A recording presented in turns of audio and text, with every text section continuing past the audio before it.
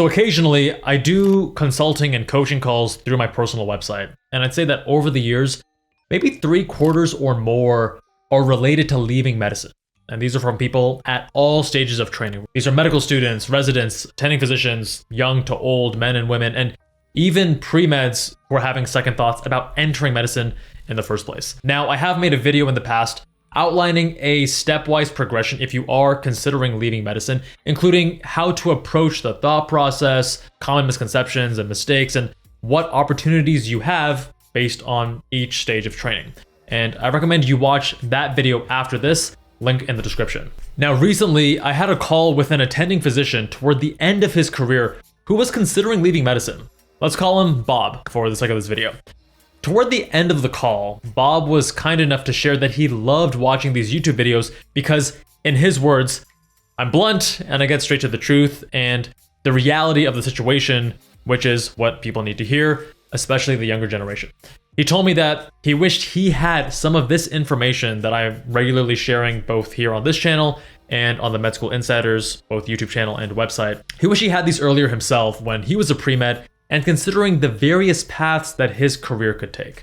Now, as an attending physician toward the end of his career, he shared that some of the decisions he made as a pre-med, he still regrets to this day because they shaped the rest of his career trajectory, his finances, his lifestyle. Now, Bob is an attending physician in a road specialty, which includes radiology, ophthalmology, anesthesiology, and dermatology, and these are known for having fantastic lifestyle. But Bob shared that his residency training left much to be desired, even though he had impressive credentials on paper and was looking to move away from practicing clinical medicine. Now, here's what you can learn from these dozens of consulting calls over the years, the patterns I've noticed, and more specifically, what Bob, as an attending physician, still regrets about the decision he made as a pre-med. Now, these videos are always incredibly challenging for me to create since the landscape of what is and is not acceptable to say seems to shrink with each passing day. And any nuance in a discussion is thrown out the window in favor of black and white thinking. And admittedly, I'm notoriously bad at aligning my behaviors with my own self-interest. I run a company that helps pre-meds get into med school and med students get into residency. And yet I've also done countless videos discussing how some people should not go into medicine. I'd say that about 75% of pre-meds would be happy in medicine, but 25% should find another career and not even consider medicine. I do not hype up the profession, create more competition, try to drum up more demand for my services. I care more about cutting through the noise because seeing pre-meds get misled has always triggered me, and it reminds me of the struggles that I went through when I was younger. I did not have a mentor figure to guide me and prevent me from making many of the mistakes that were completely avoidable. And as a quick side note, that is actually why I started Med School Insiders. I felt that way too many pre-meds were being given bad study advice from medical students who had the best of intentions, but they weren't optimized themselves. But of course, students watching them couldn't know any better, so these so-called experts were suggesting, again, despite their best intentions, highly compromised study advice that ultimately harmed pre-meds. But let's get back to Bob. So Bob wasn't the strongest student as a pre-med, and when it came time to apply to med school, he wasn't able to secure any US allopathic or MD medical school acceptances. Now, his pre-med advisors suggested that instead of delaying his application and reapplying in 1 or 2 years, he should consider other options to get into medical school earlier. After all, that meant he could realize his goal of becoming a doctor sooner rather than later, and who wants to wait extra time?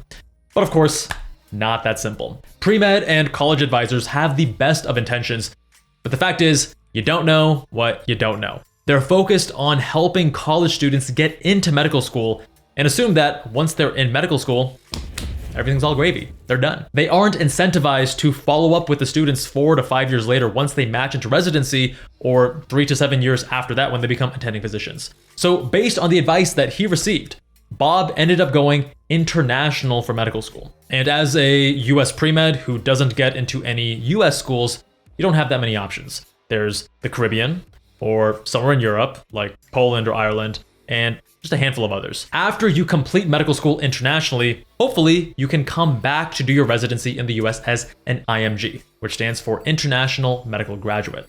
IMGs are US premeds who go overseas for medical school and come back to the US for residency. This is not to be confused with FMGs, or foreign medical graduates, who are non-US students who complete college and medical school outside of the US and come back to the US for residency. Now, Bob did fine in medical school despite the increased costs and friction that comes with going international. Living on the other side of the world for 4 or 5 years without your support system nearby, it's not easy. And the financial aid and loan options are also far worse than what you can get in the US. Not to mention that international schools catering to IMGs are also far more expensive than US medical schools. That's because they know at that point you're pretty desperate and you'll cough up the additional cash. Now, initially when considering his options, he was seduced by his medical school's high match rate, which was in the 90s and very similar to many US medical schools. But what he did not realize as a pre-med was the specialty mix. Well, it wasn't very mixed at all. It was almost entirely family medicine, internal medicine, and pediatrics.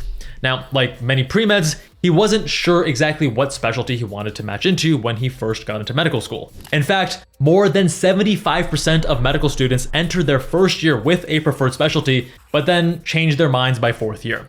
Now, when he got to his clinicals, he was disappointed to learn that there weren't robust clinical opportunities for him as an international medical student. He had to spend countless hours of his own time away from studying and being the best student doctor he could be, to instead contact and coordinate with these various US institutions to schedule rotations that typically happen automatically for US MD students. It took many of his IMG classmates longer than the typical 4 years of medical school, since many had issues with coordinating these clinical rotations, which you need to graduate, and some also had issues with passing USMLE. Taking 5 or even 6 years to complete the 4-year degree, it wasn't unusual.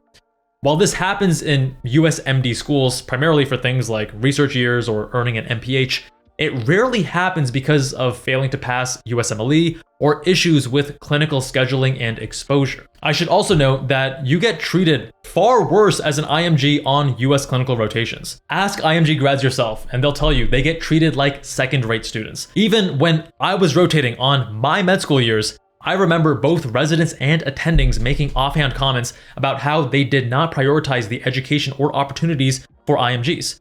I got the preferred treatment, the first dibs, and more face-to-face time with the attendings and the residents versus the IMG. And that was just because I was a UCSD med student. But here's the good news. When it came time to apply to residency, Bob was one of the very few students to match into a road specialty at a US residency program.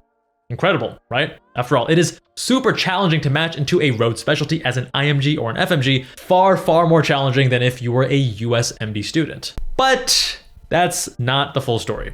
He wasn't able to match directly into that specialty, so he did a common backdoor option used by IMGs and FMGs that is far less desirable, which is why no US MD grads use it. He had to complete 2 shorter residencies, which took an extra year, but he eventually got the exposure that he needed to be able to take the board exams for his specialty. He also landed a fellowship at a very prestigious institution, which surprisingly wasn't in high demand. And despite being an IMG, he was able to secure it. Now, while grateful for this very big name on his CV, he said the training was some of the worst that he could have ever imagined. He wasn't actually trained on the advanced components not covered in his residency that he hoped he would learn during his fellowship.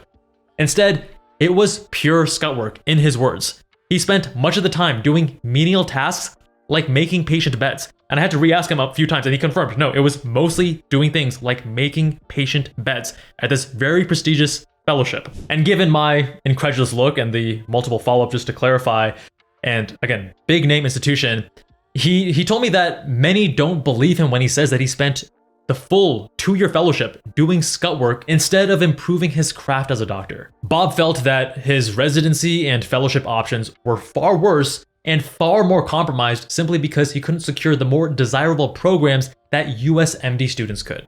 With the added cost of going IMG, the additional years of training in medical school, residency, and fellowship, and the suboptimal job openings afterward, he found himself regretting where he ended up. He told me he wished he had simply done an SMP, a special master's program, or a post-bac, and then reapplied to a US MD medical school 2 years later. And if you want to know more about SMPs and post-bac, we have a guide linked in the description that's going to tell you all you need to know. Far too often, pre-meds and medical students they're on autopilot. We don't think about anything other than the end goal. Oftentimes not even our health. It wasn't until after I quit medicine that I finally prioritized my health, including sleep, nutrition, and exercise. And if there is one thing I wish I started doing sooner, it's focusing on these things, because it makes all the tough work of the late nights and grinding hard through med school and residency all that more sustainable. This is very much the shift from reactive sick care to proactive and preventive medicine. That's medicine 3.0. And there's this company I've been working with, Merrick Health, that is helping to lead this shift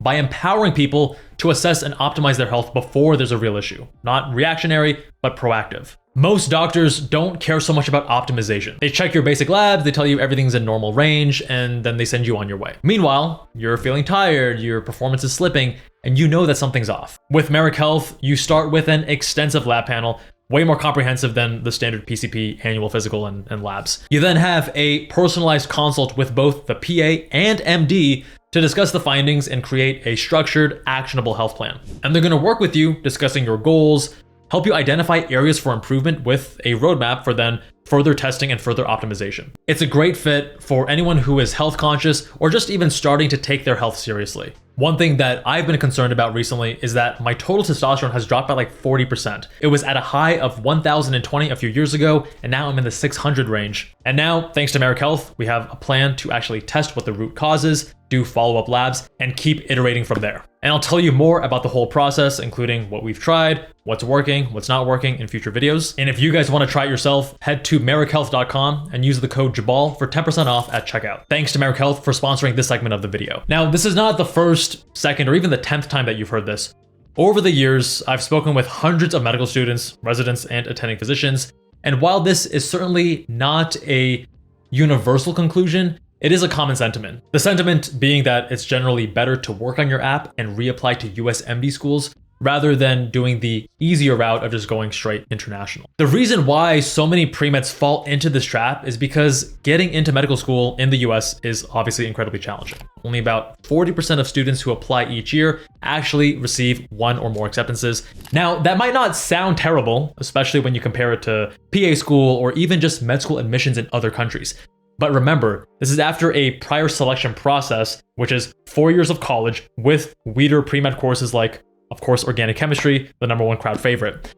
Now, at my alma mater, UCLA, there were approximately 2,500 pre-meds at the beginning of college. But when it was time to graduate, only 200 had even applied. That's less than 10%. Now, out of those 10% who applied, roughly 40% were able to successfully matriculate into a medical school. Now, this stat includes those who took 0 or 1 gap year, right? But this would not include those who took 2 or more gap years. But keep in mind, taking gap years was far less common back then compared to what it is now, where the majority of students now take either 1 or 2 gap years. And again, this data set includes 0 and 1 gap years, but not 2 or more. Now, pre-meds and well-intentioned but poorly equipped pre-med advisors alike figure that choosing to go DO or Caribbean or European for medical school is the best option. After all, each option is far easier to get into, and they believe that the hardest and most important part of becoming a doctor is simply getting into medical school. But in reality, each of those options has its own unique downsides. Now, we've covered the pitfalls of going international for US pre-meds, namely Caribbean and European.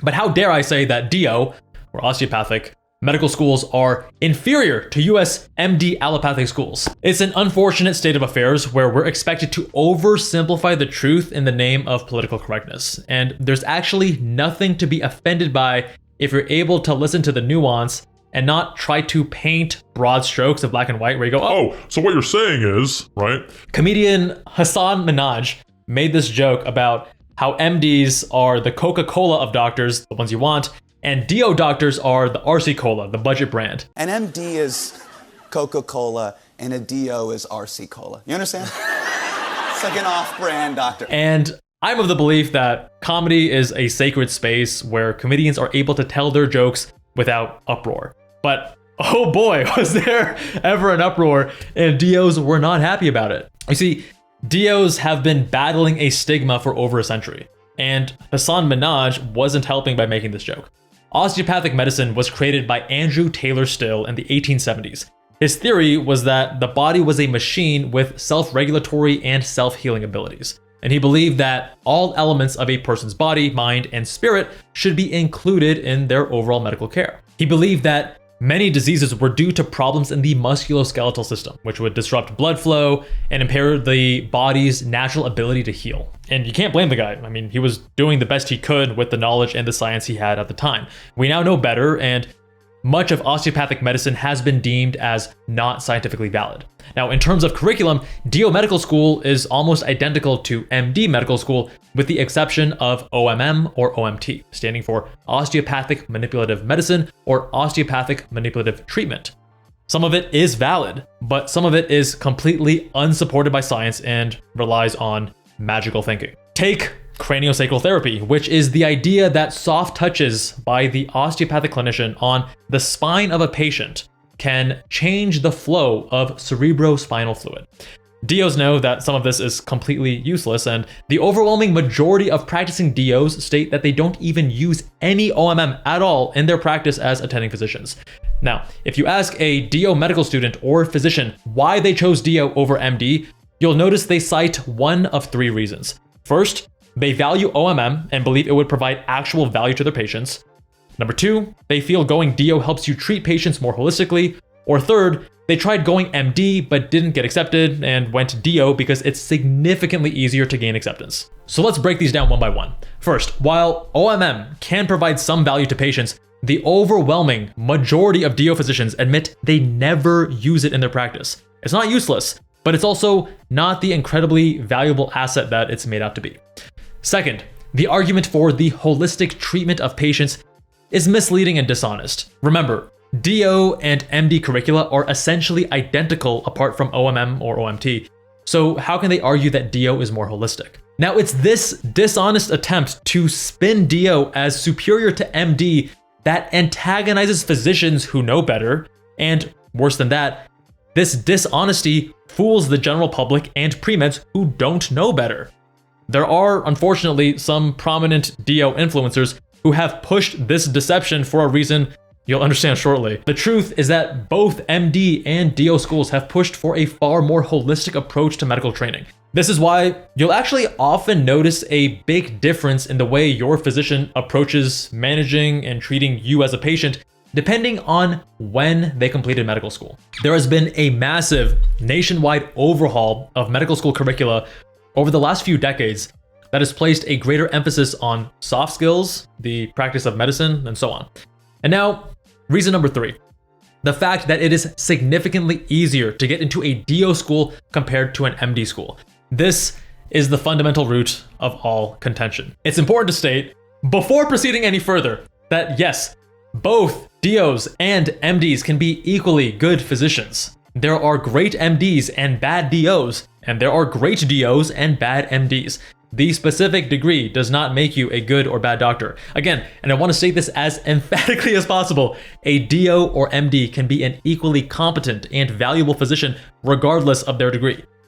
This can be true, and it can also be true that getting into a DO medical school is way easier. Some will argue that the difference isn't that significant. Per the most recent data, the average GPA for MD matriculants is a 3.77, and the average GPA for DO matriculants is a 3.59. The average MCAT score for going MD is a 511.7, and the average MCAT score for DO is a 504.7. Now, that may not sound like a major difference, but to put things into perspective, that's the difference between an 84th to 85th percentile score and a 55th to 57th percentile score. Now, as someone who has specialized in helping premeds get into medical school for over a decade, let me assure you that this is incredibly significant.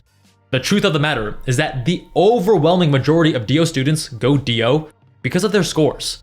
Reason one, the value of OMM is weak. Reason two, that DO is more holistic is patently false. And reason three is by far the number one reason premeds choose DO over MD. And this is where the stigma comes from. Many students go DO primarily because they were not able to go MD. Again, this doesn't mean that they are better or worse physicians. It simply means that they were less competitive as premeds who were unable to matriculate into an MD school. Now, some of you have likely thrown up your arms in outrage and are about to downvote and click out of this video. But before you do, please allow me to explain. Since starting Med School Insiders in 2016, we've worked with over 10,000 students one-on-one across our admissions consulting and tutoring services. Now, in addition to these students, I've also had hundreds of conversations with premeds, med students, residents, and attending physicians who are friends or colleagues or fans and clients who signed up for coaching and consulting hours with me. Now, what you'll notice is that those who are not on social media and not posting frequently on Reddit or SDN are quick to admit, without drama or judgment or deception, that the ease of acceptance was by far the #1 reason they chose DO over MD. They knew DO was far better than going international or Caribbean, but not as ideal as MD. They did the best with what they could that year. Many didn't want to take an additional year or two to strengthen their application for a hopeful MD acceptance later. I didn't feel as strongly about this until after we worked with over 10,000 students and I had hundreds of my own conversations. At this point, I'm confident in saying that more than 95% of DO students, based on my exposure and experience, go DO for reason number 3. Now, on social media, DO creators may be more image conscious and more likely to put forth reasons that paint them in the best light possible, like going DO because they wanted to treat patients more holistically and not treat them as a disease, right? Even though that explanation doesn't hold water and just serves to insult MD physicians. Now, no one is immune to this, myself included, but I like to think that while I am far, far, far from perfect, I'm a bit more open and direct about things. I'm a bit blunt and unfiltered, and even if it doesn't serve my best interest all the time, that's just how I'm wired and why I matched it to surgery and how I like to operate in life, no pun intended. Integrity is one of my chief values. Now, very soon after quitting residency, I made an announcement video explaining my decision. And there are countless other med students and residents who have made the same decision to quit before completing their residency. And again, I get it. We're all image conscious, especially on social media. And many people are quite calculated with what they say, how they say it, and even when they say it. And I won't lie, there are definitely times when I wish I had done things in a more strategic and calculated way like some of these other creators. But then I remind myself that doing that goes against my nature and doesn't align as much with my values. And even if it would have helped with the growth of some of my channels, that probably would have bothered me on a deeper level. Now, I'm not here to throw shade. I just want to share some facts that even MD and MBBS doctors are not immune from this. And you, the viewer, are very frequently left in the dark, whether it's DO or these other things. So one of my favorite content creators, Dr. Peter Attia, like I fanboy over this guy, right? He's super cool, does a lot of great things. He's into cars, Formula One, Ayrton Senna, like all this stuff. Like there's a lot of stuff I love that he's doing. He dropped out of his general surgery residency. But if you read his book or listen to his TED Talk or read posts from years ago, he's led you to believe that he was a surgical oncologist. He never was. He quit, I think it was his 3rd year of general surgery residency, never got to surgical oncology fellowship, just did some research at the NIH as a general surgery resident, which you oftentimes do in preparation for your eventual fellowship application in surgical oncology, but was never a surgical oncologist by any means. But again, strategically and optically, it makes sense why he would choose to do this. And I covered this in more detail at the end of my Peter Attia book summary, which is linked below. Again, love the guy, just sharing this because this is not common knowledge. Another popular creator, Ali Abdaal, right? Very strategic with not only his announcement, but also how he branded himself. And he's doing a lot of things really, really well. Super sharp guy. There's a lot of cool stuff. Again, no shade. Ali calls himself an ex-doctor rather than an ex-junior doctor, since the former makes it sound like he was a fully trained physician. Now, for those who are in the US, a junior doctor is a 2-year status. So it's before you actually start your specialty training, like your main residency in the US, right? Think of it as your 4th year of med school plus intern year combined. And as a productivity content creator, he also focused on branding himself as being hyper productive, doing both productivity and doctoring at the same time. There are a few others I could name, but you get the idea. Let's return to Bob's story and the patterns that I've noticed. So whether you go MD or DO or international with your medical degree, and there are many graduates from the Caribbean, from Europe, from DO schools that are stoked about their decision. Not all MDs are happy, just like not all DO and international grads are unhappy and vice versa. Part of this is personality dependent, part of it is your personal experience, and part of it depends on your goals. I've noticed that those who end up in primary care specialties are usually the most happy with their decision to go either DO or IMG. But the hard part is knowing whether or not you will fall into this group. As remember, more than 3/4 of medical students change their mind about their specialty from the time they start to the time they graduate. Even for me, I was dead set on pediatric gastroenterology for very strong personal reasons. And it was only after my 2nd year of medical school that I realized it wasn't the field for me. Personality types who are somewhat less type A, less competitive, they tend to also be happier with this choice. This personality tendency does tend to cluster around primary care specialties as well, but it's not a perfect correlation coefficient of 1 by any means. Again, these are by no means absolute rules. You do not need to fall into these categories to be happy. I'm just reflecting on the conversations and experiences that I've had over the years and identifying the trends, the patterns, the associations, at least directionally, that I've seen. So for the pre-meds out there, understand that it is in your best interest to go USMD, then USDO, and then international. The order of preference is directly related to how competitive it is to gain acceptance, but is inversely proportional to how easy the rest of your life will be afterward. If you go USMD, you'll have all the doors open to you that you could possibly want. You'll get access to the full spectrum of specialties and quality residency programs. You won't have to worry about support systems in med school and clinical rotation quality and accreditation status like you do with a much higher proportion of DO programs in comparison.